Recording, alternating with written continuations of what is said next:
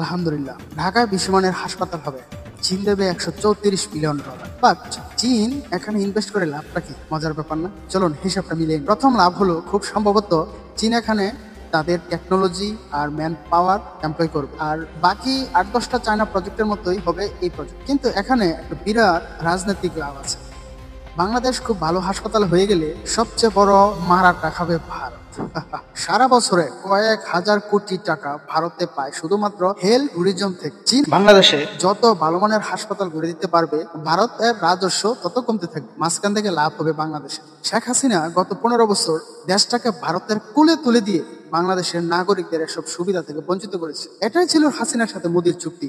তোমার চিকিৎসা খাত ধ্বংস করে দাও, ফলাফলে তোমার দেশের জনগণকে চিকিৎসার জন্য আমার দেশে পাঠাও, আর তোমাকে আজীবন আমরা ক্ষমতা রাখি। শুধু এই চুক্তি ক্ষান্ত হয়নি, পাশে থাকুন বলছি। ইউনূস সরকারের পক্ষ থেকে সে লাভগুলো আবার ফিরিয়ে আনা সম্ভাবনা দেখছে বাংলাদেশ। কারণ চীন যদি এখানে $134 মিলিয়ন হাসপাতাল তৈরি, বাংলাদেশের সাধারণ মানুষদের চিকিৎসা সেবা মিটিয়ে বিদেশ থেকেও মানুষ এখানে চিকিৎসা করতে আসছে। বাংলাদেশ ছোট দেশ হিসেবে পরাশক্তিদের সাথে কখনোই লড়তে যাবে, কিন্তু চীনের পরাশক্তি ব্যবহার করে ভারতের পরাশক্তির সাথে খেলাটাই হচ্ছে ডক্টর মোহাম্মদ ইউনূস স্যারের আসল কারিশমা। বুঝতে পারছেন তো? চীন যদি এখানে ইনভেস্ট করে, তখন চীন যদি বাংলাদেশের সাথে বিভিন্ন অর্থনৈতিক কর্মকাণ্ডে জড়িয়ে পড়ে, তখন বাংলাদেশকে থ্রেট করার জন্য ভারতকে 10 বার ভাবতে হবে। এই খেলাটাই খেলছে ডক্টর মোহাম্মদ ইউনূস স্যার, অর্থাৎ এক পরাশক্তিকে ব্যবহার করে আরেক পরাশক্তিকে কাবু করা, যা কথিত স্বৈরাচার এবং বাংলাদেশের অন্য কোনো রাজনৈতিক দল এ ব্যাপারে চিন্তাও করেনি। একবার ভাবুন তো, আপনার মাথার উপরে ইলন মাস্কের স্টারলিংক ইন্টারনেট,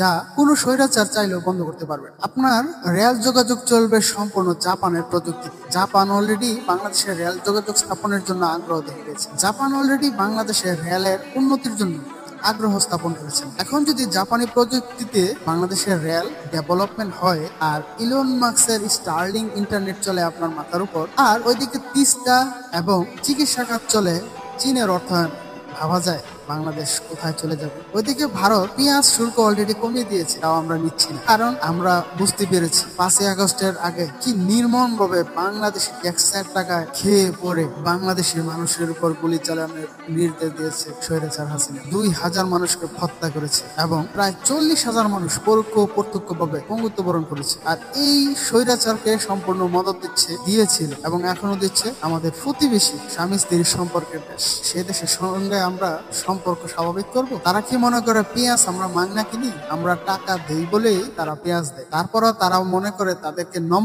করতে হবে, খা এখন তোদের কারণে তোরা মারা খাচ্ছিস।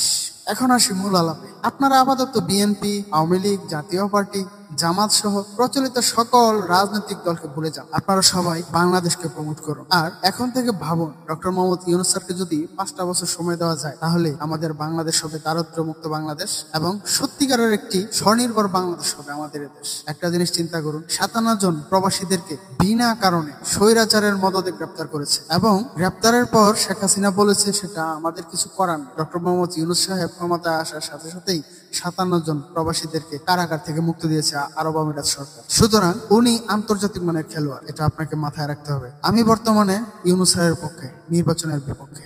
কমপক্ষে 5 বছর উনি বাংলাদেশের রাষ্ট্র ক্ষমতায় থাকুক, আমি এই আশাবাদ ব্যক্ত করছি, এবং আপনার মতামত কমেন্টে জানিয়ে দিন।